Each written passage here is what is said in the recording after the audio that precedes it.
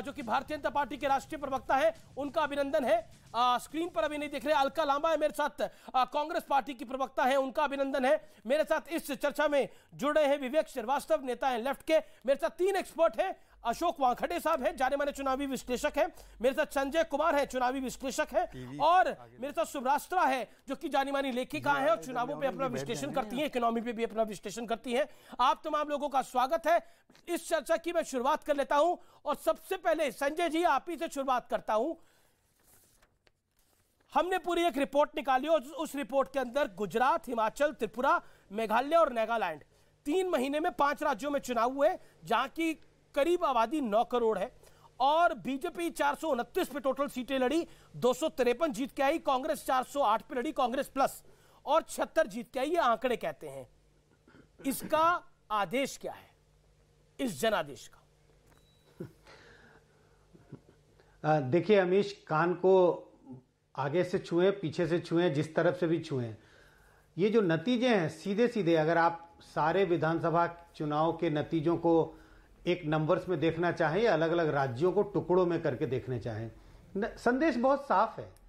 BJP ने बहुत अच्छा प्रदर्शन किया है। जहां जहां बीजेपी की सरकार थी, बीजेपी सारे जगहों पर अपनी सरकारें रिपीट करने में सफल हुई। अपवाद सिर्फ एक हिमाचल प्रदेश है, लेकिन हिमाचल प्रदेश के अलावा बीजेपी ने सारे जगहों पे अच्छा प्रदर्शन किया है। सीटें ऊपर नीचे हो सकती हैं। त्रिपुरा की बात करें तो सीटें कम हो गई हैं। गुजरात की बात करें तो सीटें बहुत आगे बढ़ी, बल्कि ये कह सकते हैं गुजरात में उन्होंने जबरदस्त प्रदर्शन किया, अभूतपूर्व प्रदर्शन।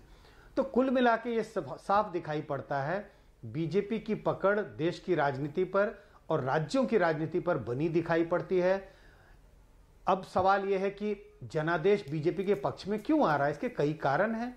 एक तो ये मुझे साफ साफ दिखाई पड़ता है, एवरेज जो गवर्नेंस है बीजेपी की, एक जनरल गवर्नेंस जिसकी हम बात करते हैं, जनता को लगता है कि बीजेपी की सरकार में कामकाज पहले की सरकार, जहां पे ज्यादातर जगहों पे कांग्रेस की सरकार थी, उससे बेहतर है। सड़कों का जिक्र करते हैं, इंफ्रास्ट्रक्चर का लोग बहुत जिक्र करते हैं। इंफ्रास्ट्रक्चर से बीजेपी अपने अर्बन इलाकों में मिडिल क्लास वोटरों पर अपनी पकड़ बना पाती है या बनाए रखी है। लेकिन साथ ही साथ हमें यह नहीं भूलना चाहिए, बीजेपी का जितना जनाधार जो बढ़ा है उसमें एक बहुत महत्वपूर्ण योगदान है गरीबों में, लोअर क्लास वोटरों में, ग्रामीण वोटरों में। और इसकी वजह बहुत साफ है।